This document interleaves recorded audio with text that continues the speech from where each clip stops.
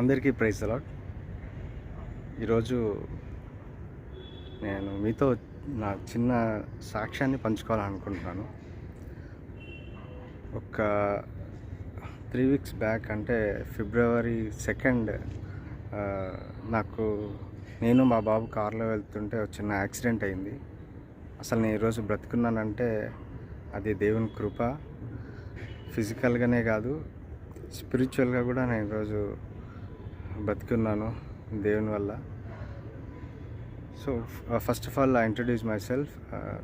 తెలిసిన వాళ్ళకి అవసరం లేదు, బట్ ఎవరైనా తెలియని వాళ్ళు నా వీడియో చూస్తుంటే, నా పేరు శామ్యూల్. మేము బెంగళూరులో ఉంటాము.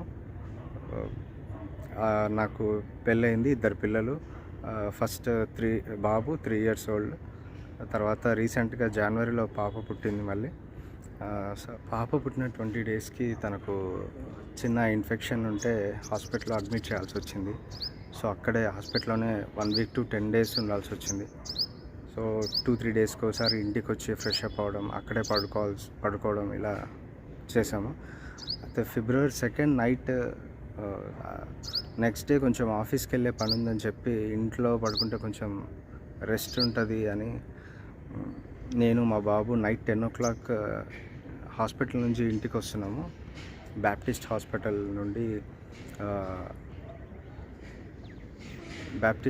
నుండి ఇంటికి మేము ఎయిర్పోర్ట్ రోడ్లో ఉంటాము. హైవే అంతా బాగానే వచ్చాను,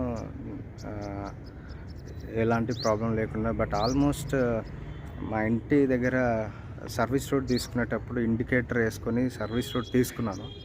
నాకు అంతవరకే గుర్తుంది, తర్వాత నాకు ఏమైందో తెలియదు. నేను కాన్షియస్లో లేను. నన్ను రోడ్ మీద వెళ్ళే వాళ్ళు కాపాడిన తర్వాత తెలిసింది ఏంటంటే నేను కాన్షియస్లో లేను, పడిపోయాను. కార్లో బాబు ఉన్నాడు అని చెప్పి వాళ్ళు చాలా ప్రయత్నాలు చేశారు. గ్లాసెస్ బ్రేక్ చేసి, డోర్స్ ఓపెన్ చేసి మమ్మల్ని హాస్పిటల్లో అడ్మిట్ చేశారని చెప్పారు. అయితే నాకు ఎప్పుడు కాన్షియస్ వచ్చిందంటే ఆల్మోస్ట్ హాస్పిటల్కి వెళ్ళిన తర్వాత, అంటే 1/2 hour to 45 minutes పట్టింది అనుకుంటా. హాస్పిటల్కి వెళ్ళిన తర్వాత నన్ను స్ట్రెచ్చర్ మీద నుంచి అంబులెన్స్లో నుంచి దించేటప్పుడు నాకు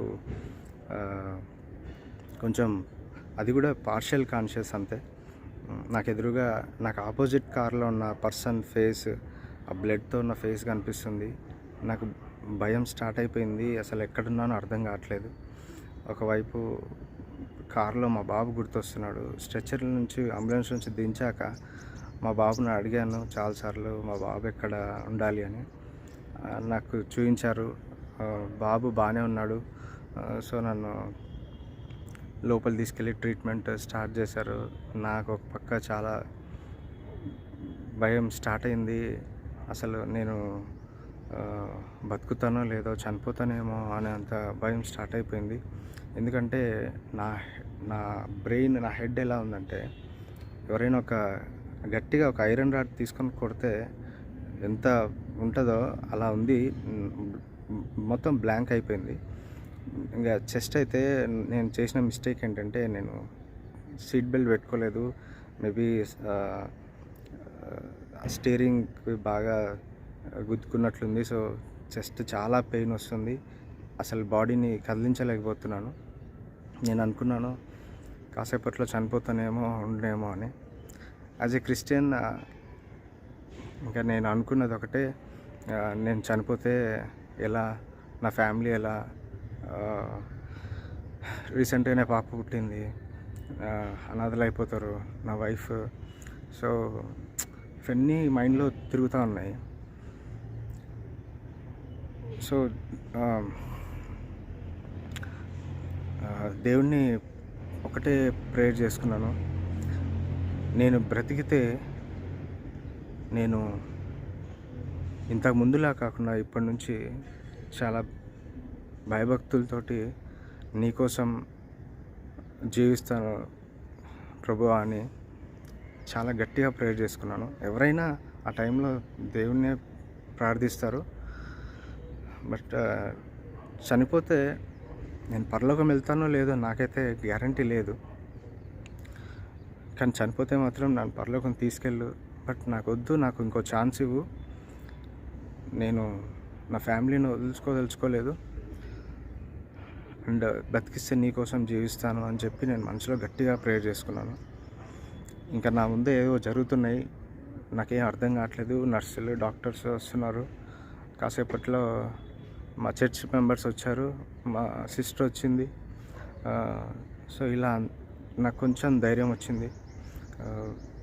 బట్ స్టిల్ నాకున్న డిజీనెస్, నాకున్న పెయిన్ అలాగే ఉంది గట్టిగా.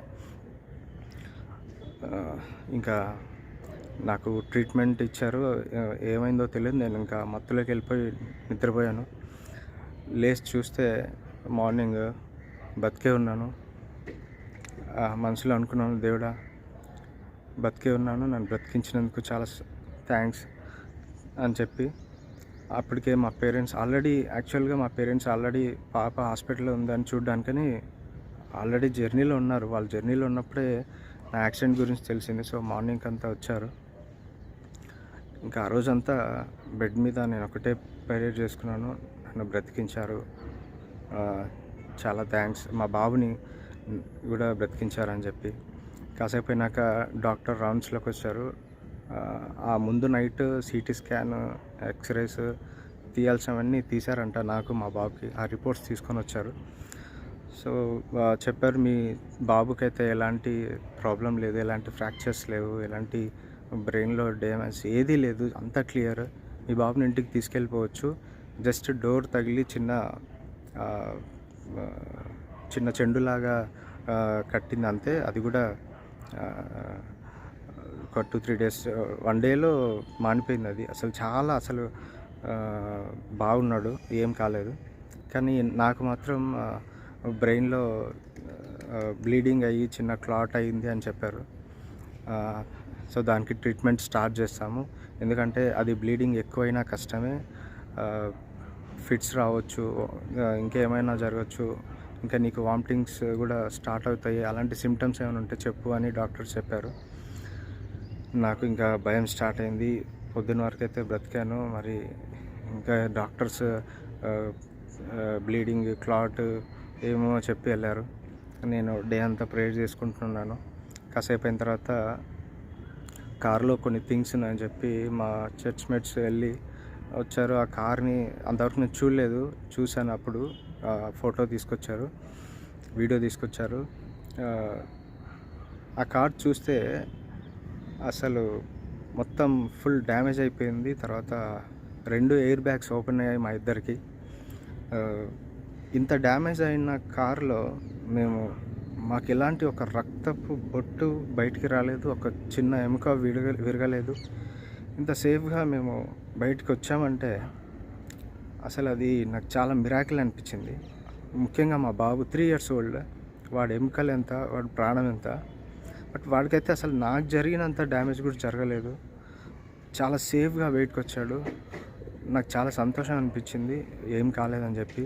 అప్పుడు నేను మనసులో అనుకున్నాను, నన్ను బ్రతికించు దేవుడా, నన్ను బ్రతికించు, నీకోసం జీవిస్తా అని ప్రార్థన చేశాను, రిక్వెస్ట్ చేశాను. అంతేగాని ఆ కారుని చూసాక అనిపించింది, నేను ప్రేయర్ చేయకముందే ఆల్రెడీ నన్ను బ్రతికిచ్చేశాడు దేవుడు, నన్ను మా బాబుని అని అనిపించింది నాకు.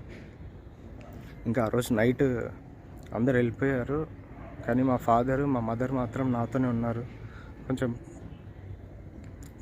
నైట్ డిన్నర్ తర్వాత కొంచెం ప్రేయర్లో స్పెండ్ చేసుకుందాం అని చెప్పి బైబిల్ చదవడం, ఫ్యామిలీ ప్రేయర్ చేసుకుందాం అని చెప్పి బైబిల్ చదవడం స్టార్ట్ చేశారు. నేను పడుకునే ఉన్నాను, వాళ్ళు చదువుతున్నారు, నేను వింటున్నాను. మా ఫాదర్ కూడా చర్చ్ పాస్టర్, సేవకుడే. సో చిన్నప్పటి నుంచి మాకు ఫ్యామిలీ ప్రేయర్స్ జరుగుతున్నాయి, కానీ ఏనాడు కాన్సన్ట్రేషన్తో చదివింది లేదు. పొద్దున్న చదివిందే రాత్రి గుర్తుండదు, రాత్రి చదివితే ప్రొద్దున గుర్తుండదు. కానీ ఆ రోజు మాత్రం నాకు ఎందుకో, నేను బైబిల్ తీసి చదవకపోయినా ప్రతి మాట నా హృదయానికి, నా మైండ్కి తాకుతూనే ఉన్నాయి. సో ఆ రోజు చదివిన పోర్షన్ ఏంటంటే యోహాను 5వ అధ్యాయం. అక్కడ ఎంతో కాలం నుండి ఒక కోనేటి దగ్గర ఉన్న ఒక రోగిని దేవుడు స్వస్థపరుస్తాడు. ఆ చాప్టర్ చదువుతున్నప్పుడు నాకు స్పష్టంగా దేవుడు నాతో మాట్లాడుతున్నట్టు అనిపించింది. సో ఆ రోగితో అంటాడు కదా, నువ్వు స్వస్థత పొందావు, ఇంకా వెళ్ళు, ఇంకా వెళ్ళి తిరిగి పాపం చేయకు అని చెప్పి యేసుక్రీస్తు ఆ రోగితో అంటాడు. సో నాకు ఎందుకో తెలియదు, ఫస్ట్ టైం నా లైఫ్లో నిజంగా దేవుని ప్రెజెన్స్ అక్కడ ఉన్నట్టు అనిపించింది, నాతో మాట్లాడుతున్నట్టు అనిపించింది. నువ్వేం భయపడకు, అయిపోయింది, నువ్వు ఆల్రెడీ స్వస్థత నొందావు, ఇప్పటి నుంచి ఇంకా వెళ్ళి పాపం చేయకు అనే మాట కూడా నాకు తాకింది. నాకు ఫిజికల్గా స్వస్థత ఇవ్వడమే కాకుండా నాకు ఒక స్పిరిచువల్గా కూడా నాకు ఒక మార్పు వచ్చినట్టు నాకు అనిపించింది నా మనసులో.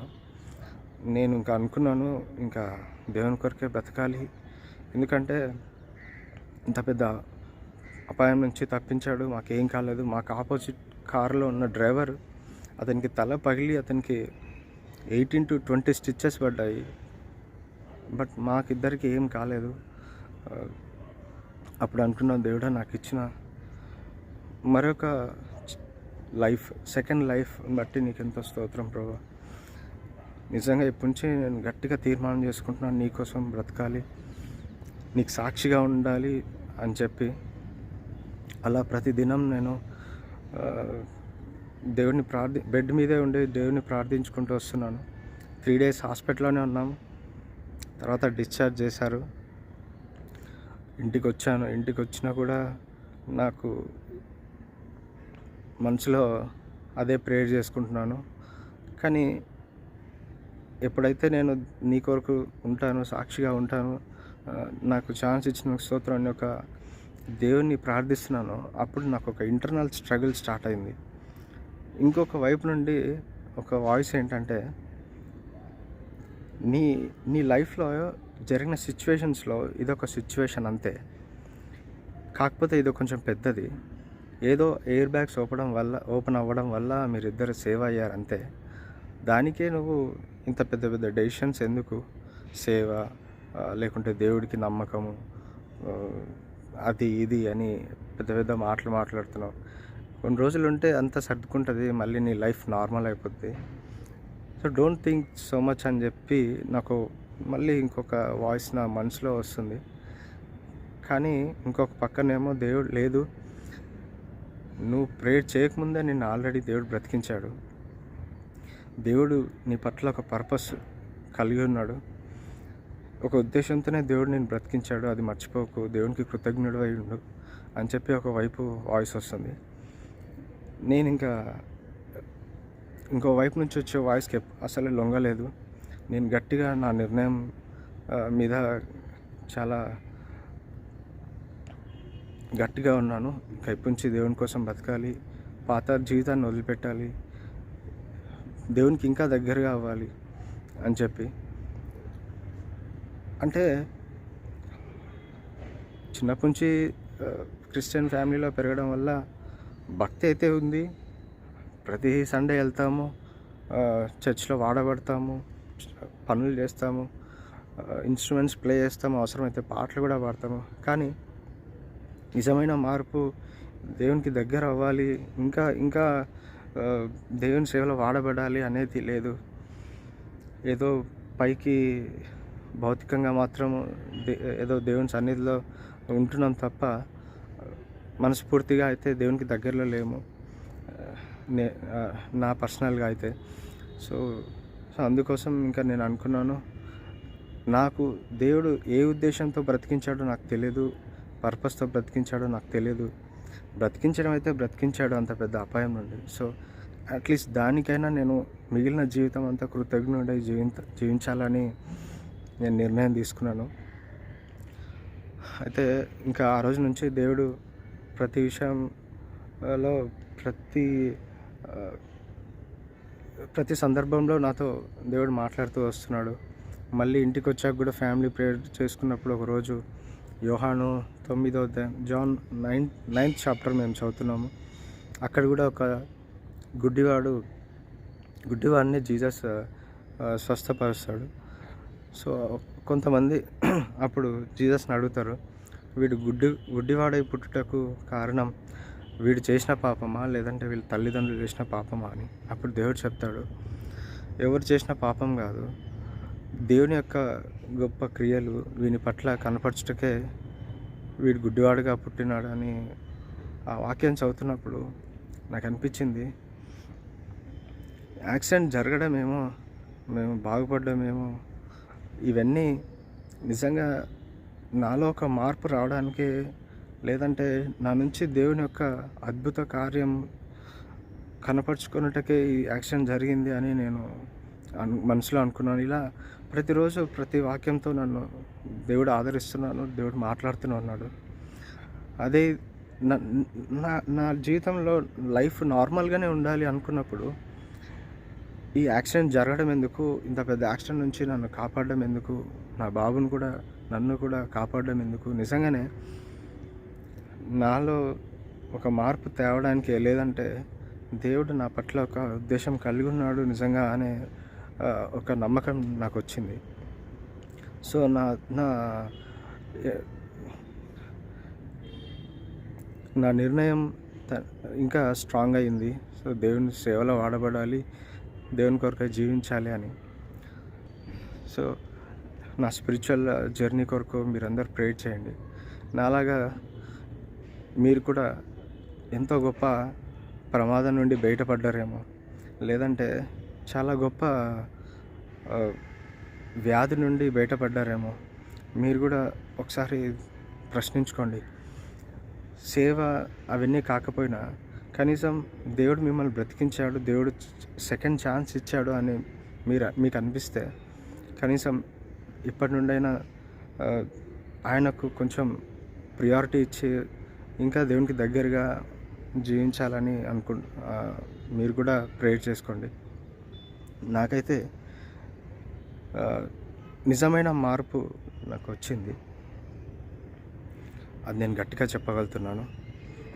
ఎవరైనా ఏమన్నా అనుకోని అసలు ఈ వీడియో కూడా ఎందుకు చేస్తున్నానంటే, ముందు నా జీవితంలో ఎన్నో రకాల వీడియోలు చేశాను, రీల్స్ అని, టిక్టాక్స్ అని ఎన్నో చేశాను. అవన్నీ సోషల్ మీడియాలో పెట్టి ఎంతో ఆనందించేవాడిని. కానీ నా లైఫ్లో ఇంత ఇంపార్టెంట్ విషయాన్ని నేను ఎందుకు షేర్ చేసుకోకూడదు అని నా మనసులో అనిపించింది. బైబిల్లో కదా ఆ గుడ్డివాడిని, తర్వాత కోనేటి దగ్గర ఉన్నవాడిని, వాళ్ళిద్దరిని దేవుడు బ్రతికించినప్పుడు వాళ్ళిద్దరూ వెళ్ళి అందరికీ చెప్పారు, సాక్షిగా ఉన్నారు. సో నాకు కూడా ఆ రోజు నుండి ఒక అర్జ్ స్టార్ట్ అయింది. నేను కూడా నా జీవితంలో చేసిన గొప్ప కార్యాన్ని అందరికీ చెప్పాలి అని నేను అనుకుంటున్నాను. ఎలా చెప్పాలో నాకు అర్థం కావట్లేదు. హాస్పిటల్ నుంచి డిశ్చార్జ్ అయినప్పుడు 2 months రెస్ట్ తీసుకోమన్నారు డాక్టర్స్. ఎందుకంటే నాకు బ్రెయిన్లో బ్లీడింగ్ వల్ల బ్లాక్ అయింది, కొంచెం తగ్గింది, ఇంకా ఉంది, టైం పడుతుంది. సో మీరు 2 months రెస్ట్ తీసుకోవాలి, దానికి మెడిసిన్ వాడాలి అని చెప్పారు. చాలా జాగ్రత్తగా ఉండాలి, బయటికి వెళ్ళొద్దు అని చెప్పారు. సో ఆ రెస్ట్లో ఉన్నాను. కానీ నాకు మాత్రం ఎవరితో చెప్పుకోవాలి నాకు జరిగిన ఈ మార్పు అని మనసులో ఒకటే ఆరాటం స్టార్ట్ అయింది. 1 week బ్యాక్ మళ్ళీ సిటీ స్కాన్ అవన్నీ చేయించుకున్నాను. బట్ నమ్ముతారో లేదో తెలియదు, అద్భుత రీతిగా సిటీ స్కాన్లో ఎలాంటి బ్లీడింగ్ లేదు. ఎందుకంటే ముందు డాక్టర్స్ ఈ బ్లీడింగ్ రాను తగ్గొచ్చు, రాను పెరగొచ్చు అని చెప్పారు. బట్ ఎలాంటి బ్లీడింగ్ లేదు, ఎలాంటి క్లాట్ లేదు, అంతా క్లియర్గా ఉంది. మీరు ఎలాంటి మెడిసిన్ కూడా వాడక్కర్లేదు. మీకు ఏవైతే 6 weeks వరకు మెడిసిన్ ఇచ్చామో అవి కూడా ఆపేయడం బెటర్ అని చెప్పి అన్నారు. నాకు చాలా సంతోషంగా అనిపించింది. దేవుడు ఇంత మిరాకిల్స్ చేస్తాడు, దేవుడు ఉన్నాడు అని. నేను నమ్మిన దేవుడు నన్ను విడిచిపెట్టలేదు. సో ఆయన కృతజ్ఞుడిగా జీవించాలి అని నేను చేసుకున్న నిర్ణయం ఇంకా గట్టిగా ఉండాలి. నా స్పిరిచువల్ లైఫ్కి ఎలాంటి ఇబ్బంది లేకుండా, శోధన లేకుండా ఇప్పటి నుంచి బతికినంతకాలం స్పిరిచువల్ జర్నీని నేను ఇలాగే కొనసాగించాలని నా కొరకు ఈ వీడియో చూసిన వాళ్ళందరూ ప్రేయర్ చేయండి. నా ఫ్రెండ్స్ అనుకోవచ్చు, చాలా ఫన్నీగా అనిపించవచ్చు వాళ్ళకి, చాలా ఫూలిష్గా అనిపించవచ్చు కొంతమందికి. కానీ ప్రతి మనిషికి ఒక టర్నింగ్ పాయింట్ ఉండొచ్చేమో. నాకు ఇదే నా లైఫ్ టర్నింగ్ పాయింట్ అనుకుంటున్నాను. నేను నమ్మిన దేవునికి నమ్మకంగా ఉండాలని నేను ఈ నిర్ణయం తీసుకుంటున్నాను. అంతే తప్ప నేనేదో ఒక యాక్సిడెంట్ వల్లనో వెంటనే నేను భక్తుడిని అయిపోయానని నేను చెప్పట్లేదు. ఇప్పటి నుంచి మార్పుతో జీవించాలని అనుకుంటున్నాను అంతే. హాస్పిటల్లో ఉన్నప్పుడు ఇంటికి వచ్చాక ఎవరైతే నాకు ఈ విషయం ఎవరికి తెలీదు, బట్ తెలిసిన వాళ్ళు చాలామంది కాల్ చేసి నన్ను ఆదరించారు. చాలామంది సేవకులు, విశ్వాసులు, కొంతమంది నన్ను డైరెక్ట్గా ఇంటికి వచ్చి విజిట్ చేసి నన్ను బలపరిచారు. వాళ్ళకందరికీ చాలా వందనాలు. అందరికీ సాక్ష్యాన్ని ఎలా పంచుకోవాలనో ఎలా అనుకున్నప్పుడు నా ఫ్రెండ్ జాకబ్తో పంచుకున్నాను. సో తను కూడా నాకు కొన్ని వాక్యాలు షేర్ చేసుకొని కొన్ని మాటలు చెప్పి నన్ను బలపరిచాడు. తర్వాత మా పేరెంట్స్తో కూడా చెప్పాను, వాళ్ళు చాలా సంతోషించారు. సో లేదు ఇంకా నేను ఇంతటితో ఆపొద్దు, నేను అందరికీ చెప్పుకోవాలి, దేవుడు నా పట్ల చేసిన గొప్ప కార్యాన్ని అందరితో షేర్ చేసుకోవాలి అనే ఉద్దేశంతో ఈ వీడియో పెడుతున్నాను. కాబట్టి నా కొరకు, నా స్పిరిచువల్ జర్నీ కొరకు, నేను చేసుకున్న డెసిషన్ కొరకు నేను స్ట్రాంగ్గా ఉండడానికి ఇప్పటి నుంచి అందరూ ప్రార్థించాలని వేడుకుంటున్నాను. చిన్న సాక్ష్యాన్ని దేవుడు దీవించి ఆశీర్వదించును గాక. అందరికీ ప్రైజ్ లార్డ్.